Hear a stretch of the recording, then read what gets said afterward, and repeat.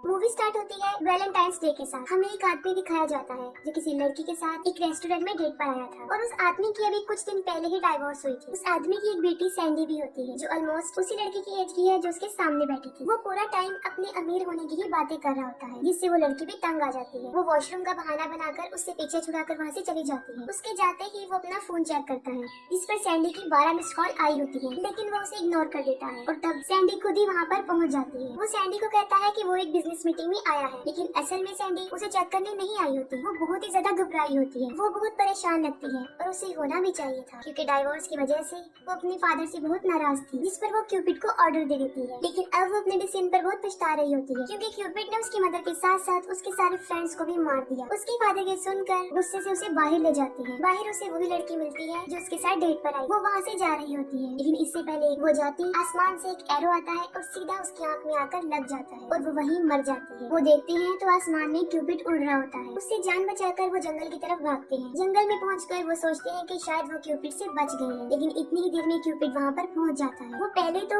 Sandy के father के पाँव में एरो मारता है जिससे वो फौरन जमीन पर गिर जाता है। इसके बाद वो उसी एरो के ऊपर सैंडी का सर भी जोर से पटक देता है जिससे वो दोनों मौके पर मर जाते हैं। उन्हें मारने के बाद वो सैंडी के फादर का दिल निकाल लेता है और यहाँ पर हमें दिखाया जाता है कि क्यूपिड कैसा दिखता था और वो डीमन क्यूपिड क्या क्या कर सकता है। इसके बाद कहानी एक साल बाद दिखाई जाती है जो वैलेंटाइन डे से 2 दिन पहले का दिन होता है। वहाँ पर एक लड़की फे दिखाई जाती है जो ब्लैक मैजिक की प्रैक्टिस कर रही होती है। वो अपने स्कूल टीचर डंगन को लाइक करती थी और उसे हासिल करने के लिए वो कई तरह के मैजिकल वर्ड्स बोलती थी और कई तरह के रिचुअल भी करती थी ताकि वो भी उससे प्यार करने लग जाए। लेकिन डंगन अपनी फेलो टीचर हेलन को लाइक करता था। वो दोनों स्कूल में साथ बैठे थे। तभी एक टीचर वहाँ पर आती है और डंगन को बताती है कि आपकी एक स्टूडेंट के बालों में च्युइंगम फंस गई है। जिसके बालों में च्युइंगम फंसी थी वो लड़की फे थी जो अपने फ्रेंड मैट के साथ मिलकर च्युइंगम को निकालने की कोशिश कर रही थी। उसके बालों में भी च्युइंगम उसकी क्लास फेलो इलीस ने लगाई होती है जिसके पीछे एक रीजन भी होता है। फे के फादर की 1 साल पहले डेथ हो जाती है और अब उसकी मदर का अफेयर इलीस के डैड के साथ होता है। इलीस अपने पेरेंट्स के डिवोर्स की वजह फे की मदर को समझती है और यही वजह है कि वो फे से बदला लेती है। डंकन फे से पूछता है तब उसे पता चलता है कि ये हरकत इलीस ने की है। वो इलीस से मिलता है और उसे समझाने की कोशिश करता है, लेकिन वो इतनी आसानी से समझने वाली लड़की नहीं थी। फिर डंकन अपनी क्लास में पढ़ा रहा होता है और वो इलीस से एक सवाल पूछता है जिसका उसे यकीनन जवाब नहीं आता, जिस पर सब क्लास फेलोज हंसने लग जाते हैं और उसमें फे भी होती है जिसे इलीस को बहुत बुरा लगता है। फे समझती है कि शायद उसका ब्लैक मैजिक असर कर रहा है क्योंकि डंकन उसके साथ काफी फ्रैंक होता जा रहा था। इलीस डंकन के फोन को चोरी कर लेती है और स्कूल से घर जाने के बाद वो उसके मोबाइल से फे को टेक्स्ट करती है। फे समझ जाती है कि उसके वर्ड्स असर कर गए हैं और डंकन को भी उससे प्यार हो गया है। वो काफी खुश हो जाती है और वो भी उसे खुशी खुशी जवाब देती है, लेकिन उसे जरा भी अंदाजा नहीं था कि इलीस उसके साथ क्या कर सकती। इलीस क्लासेस खत्म होने के बाद फे को मिलने के लिए बुलाती है और फे इसके लिए एग्री हो जाती है। इलीस उससे एक पिक्चर मांगती है जिस पर फे एक सेल्फी बनाकर उसे सेंड कर देती है, लेकिन वो इससे ज्यादा डिमांड करती है जिस पर फे शर्ट के बगैर एक पिक्चर उसे सेंड कर देती है, जिसे देखकर इलीस और उसके बाकी फ्रेंड उसका मजाक बना रहे होते हैं। अगले दिन फे को लॉकर में एक लेटर और एक रोज मिलता है जिसे देखकर वो काफी खुश हो जाती है, लेकिन ये भी एलिस ने ही रखा होता है। फे डंकन से मिलने के लिए बहुत एक्साइटेड हो जाती है। उसका फ्रेंड मैट उसके पास आता है और कल होने वाले वैलेंटाइंस डे डांस के लिए उसे पूछता है, जिस पर फे मना कर देती है। दूसरी तरफ हमें पता चलता है कि इलीस असल में एक प्लान बना रही होती है। वो फे को उस वक्त डंकन के ऑफिस में बुलाती है जब वो अकेला वहाँ पर पेपर चेक करेगा और इलीस उन दोनों की एक वीडियो बनाई जिसे वो इंटरनेट पर भी अपलोड कर सकती है। जैसे ही क्लासेस खत्म होती है फिर डंकन के ऑफिस में पहुँच जाती है। दूसरी तरफ इलीस भी ये सारी रिकॉर्डिंग कर रही होती है और फे डंकन से उसी वे में बात कर रही होती है जिस तरह वो मैसेज पर कर रही है। डंकन को फे का बिहेवियर काफी अजीब लगता है और वो उसे कहता है कि वो घर चली जाए, इस पर वो सडन उसे किस कर देती है। डंकन को कुछ समझ नहीं आती और वो फे को दूर हटा देता है। इलीस ये सब कैप्चर करके वहाँ से भाग जाती है। फे भी काफी डिसहार्ट होती है और वहाँ से चली जाती है। वो घर जाके अपनी ब्लैक मैजिक बुक को चेक करती है कि कहीं उसने कुछ मिस तो नहीं कर दिया। वो देखती है कि उसने सारे लव स्पेल को पूरा कर दिया है और अब सिर्फ एक ही स्पेल बचा था और वो ये था लव को डिस्ट्रॉय करने वालों को बुलाने वाला। फे काफी परेशान होती है, लेकिन वो फिर भी उस स्पेल का इस्तेमाल नहीं करती। अगले दिन वैलेंटाइन डे होता है और फे को भी एक कार्ड मिलता है, लेकिन उसे पता नहीं होता कि ये किसने सेंड किया है, तो वो उसे फाड़ देती है। उस वक्त डंकन भी क्लास में होता है और अचानक से वही वीडियो प्ले हो जाती है और उसमें किस वाला सीन रिपीट हो रहा था। ये देखकर फे वहाँ से भाग जाती है और डंकन भी काफी परेशान हो जाता है क्योंकि इसकी वजह से वो सस्पेंड भी हो सकता था। फे क्लास से बाहर आती है तब वो देखती है कि बाहर उसकी वही फोटोज लगी हुई हैं जो उसने डंकन के मोबाइल पर सेंड प्लान की थी। इलीस अपने फ्रेंड्स के साथ बाहर आती है और उसके जख्मों पर नमक छिड़कती है, लेकिन इस बार फे बर्दाश्त करने वाली नहीं थी। वो काफी गुस्से में होती है और इलीस को स्लैप कर देती है और यहाँ पर उन दोनों की हाथापाई हो जाती है। दोनों टीचर वहाँ पर पहुँचकर उन्हें छुड़ाते हैं और डंकन उनका वैलेंटाइंस डे डांस कैंसिल कर देता है। फे एक क्लास में जाती है और वो लव डिस्ट्रॉय गॉड को वहाँ पर बुला लेती है।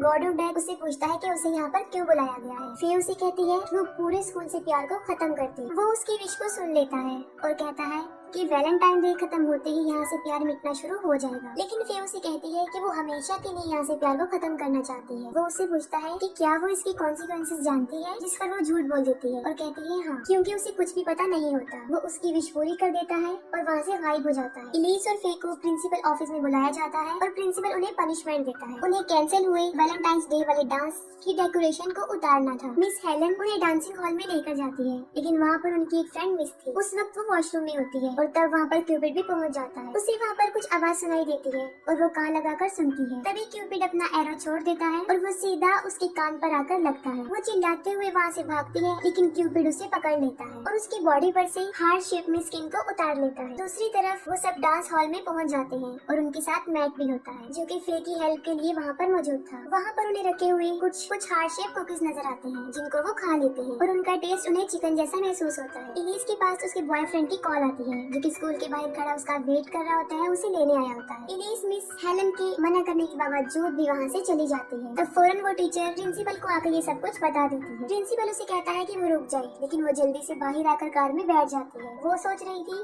कि अब वो फ्री हो चुकी है, लेकिन ऐसा नहीं था। उनकी कार स्टार्ट ही नहीं हो रही थी। प्रिंसिपल वहाँ पर आ जाता है और कार के सामने खड़ा हो जाता है और उसे बाहर निकलने को कहता है। ये सब कुछ वहाँ खड़ी मिस हेलन भी देख रही होती है और अचानक से उन्हें आसमान में कुछ नजर आता है और वो क्यूपिड था, जो उन्हें कुछ सोचने समझने का मौका भी नहीं देता और सीधा एरो प्रिंसिपल की आंख में मार देता है। ये देखकर इलीस और उसका बॉयफ्रेंड वहाँ से भागते हैं, लेकिन क्यूपिड उसकी बॉयफ्रेंड पर 2 एरो चला देता है। हेलन डंकन के पास जाती है और उसे बताती है कि उसका मोबाइल काम नहीं कर रहा है और सेम डंकन के साथ भी हो रहा होता है। उसका फोन भी काम नहीं कर रहा होता और उन्हें समझ नहीं आ रही होती कि उन्होंने आसमान में क्या देखा था और यही वजह थी कि वो किसी को बता भी नहीं सकते थे। लेकिन ब्रेड की हालत देखकर वो समझ जाते हैं कि वो किसी बड़े खतरे में। और यहाँ पर फे को भी समझ आ जाती है कि उसने बहुत बड़ी गलती कर दी है। उसने प्यार खत्म करने की विश तो कर दी थी, लेकिन उसे इस बात का अंदाजा नहीं था कि क्यूपिड सब लोगों को ही मार देगा। डंकन ब्रेड को चेक करता है और वो देखता है कि उस तीर वाली जगह से कोई जहर निकल रहा है और वो जहर उसकी पूरी बॉडी में फैलकर उसके दिल तक भी पहुंच चुका था। डंकन सब टीचर्स और स्टूडेंट्स को वहाँ से भेज देता है कि कहीं वो नर्वस ना हो जाए। डंकन उसे बचाने की पूरी कोशिश करता है,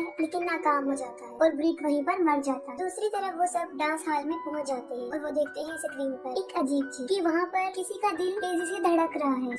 वहाँ पर फे और मैट नहीं होते, क्योंकि वो बाहर होते हैं और मैट फे से पूछता है कि यहाँ सब कुछ क्या चल रहा है, क्योंकि उसे लग रहा था कि फे इसके बारे में कुछ न कुछ जानती है, लेकिन वो उसे कुछ भी नहीं बताती और वो दोनों भी हाल में आ जाते। क्यूपिड उनके पीछे ही खड़ा हुआ है और जैसे ही वो अपना एरो निकालता है वो सब वहाँ से भाग जाते हैं और यहाँ पर वो सब एक दूसरे से अलग अलग हो जाते हैं। क्यूपिड एक टीचर को मारता है और उसको बचाने की वजह से मैट के हाथ में भी एरो घुस जाता है। तब फे उसे वहाँ से लेकर भाग जाती है। इलीस और उसकी फ्रेंड साइंस लैब में आते हैं, जहाँ पर उन्हें फे की ब्लैक मैजिक वाली बुक नजर आती है और वो फौरन समझ जाते हैं कि ये सब कुछ फे की वजह से हुआ है। इलीस की एक फ्रेंड उससे अलग हो जाती है और इस चीज का फायदा उठाते हुए क्यूपिड उसे भी मार देता है। वो रोजेस से उसके गले को आर पार कर देता है। मैट के हाथ से वो जहर फैल रहा था और उसकी मरने वाली हालत हो जाती है और मरने से पहले वो फे को बताता है कि जो वैलेंटाइन डे कार्ड उसे मिला था वो उसी ने ही भिजवाया था और वो फे को बताता है कि वो 5 क्लास से ही उसे लाइक करता है, लेकिन उसे तो डंकन के अलावा कुछ नजर ही नहीं आता था। फे को सब कुछ पता चल जाता है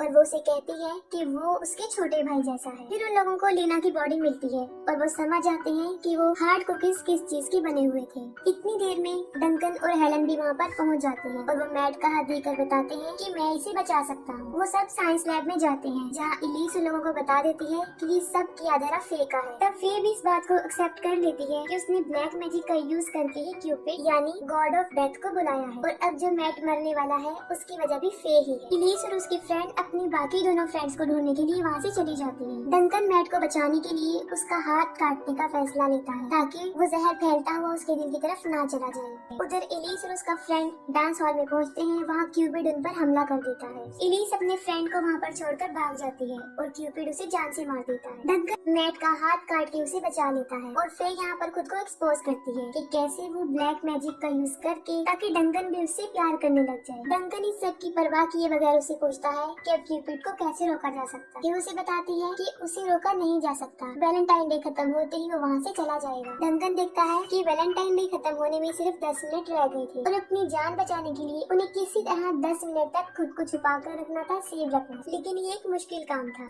डंकन और फे मैट के लिए कुछ लेने के लिए बाहर जाते हैं, तब उन्हें एलिस भी वहाँ पर मिल जाती है। इतनी ही देर में क्यूपिड हेलन के पास पहुँच जाता है और जब वो हेलन की चीख सुनते हैं वो जल्दी से वापस आ जाते हैं। वो लोग हेलन को ढूंढते हुए डांस हॉल में आ जाते हैं, जहाँ क्यूपिड उसे मारने के लिए बिल्कुल रेडी था। फे के पास कोई और रास्ता नहीं होता और वो फिर से गॉड ऑफ डेथ को बुला लेती है। फे सबको बताती है कि वो उसकी आंखों में ना देखे, क्योंकि अगर किसी ने उसे नजरें मिला ली तो वो उसकी सोल को अपने साथ ले जाएगा। फे उसे कमांड देती है कि वो सब कुछ यही खत्म कर दे, इस पर वो एक सेक्रीफाइस मांगता है। तब डंकन कहता है कि हमारे पास 2 मिनट रह गए हैं और हम आसानी से अपनी जान बचा सकते हैं, जिस पर गॉड ऑफ डेथ उसे कहता है कि यहाँ हाल में सब लोगों को मारने के लिए 2 मिनट बहुत ज्यादा। फे खुद को सेक्रीफाइस करने के लिए तैयार हो जाती है और इतनी देर में एलिस अपनी गर्दन घुमा के क्यूपिड की आंखों में देख लेती है, जिस पर क्यूपिड उसे मार देता है और उसे वहाँ से ले जाता है। और यहीं पर क्यूपिड का सेक्रीफाइस भी पूरा हो जाता है और 12 भी बज जाते हैं, यानी वैलेंटाइन डे खत्म हो जाता है और क्यूपिड भी वहाँ से चला जाता है। अचानक से एलिस उठ जाती है और फे डर की वजह से उसके मुंह पर बुक मार देती है, जो उस एरो पर लगती है और वो मर जाती है। इसके बाद हेलन मैट को हॉस्पिटल लेकर जाती है। फे डंकन से माफी मांग लेती है और तब डंकन उसे किस करता है और यहीं पर फे की लव स्पेल काम करने लगती है और इसके साथ ही ये मूवी एंड हो जाती है।